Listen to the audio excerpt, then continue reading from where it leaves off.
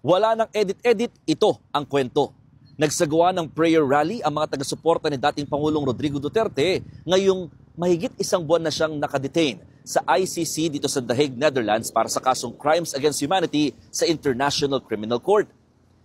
Bukod sa pagdarasal, nagkaroon din ng kantahan at merong pagsisindi pa ng mga kandila.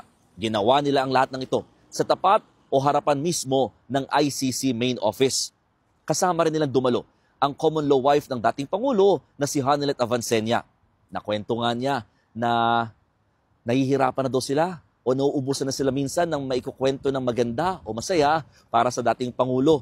Pero tumitibay daw ang kanilang loob, lalo't mataas pa rin daw ang pananampalataya ni former PRRD. Kaya nga hiling niya sa mga taga-suporta, patuloy daw ipagdasal ang nangyayari sa dating presidente. Yan ay lalo't humihiling din siya ng konsiderasyon man lang para sa 80 anyos niyang dating Pangulo.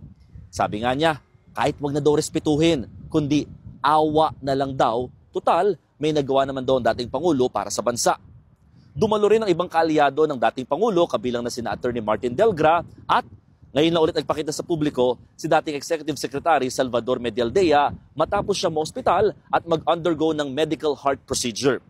Dumalo rin, makalipas ang isang linggong hindi pagpapakita sa publiko, si Attorney Harry Roque, ang dating presidential spokesperson, at muli niyang binanatan ang kasalukuyang administrasyon na siyang nasa likod nga raw kung bakit nadala ang dating Pangulo dito sa The Hague. 5 buwan pa bago muling sasalang ulit sa ICC trial chamber si dating Pangulong Duterte para naman sa confirmation of charges. At sa mga panahon bago yan, maaaring dinggin ang mga mosyong pwedeng ihain ng magkabilang kampo, kabilang na ang posibleng interim release ng dating Pangulo. O paano? Ako po si Mon Gualvez at yan ang aking istorya ngayong araw mula rito sa The Netherlands.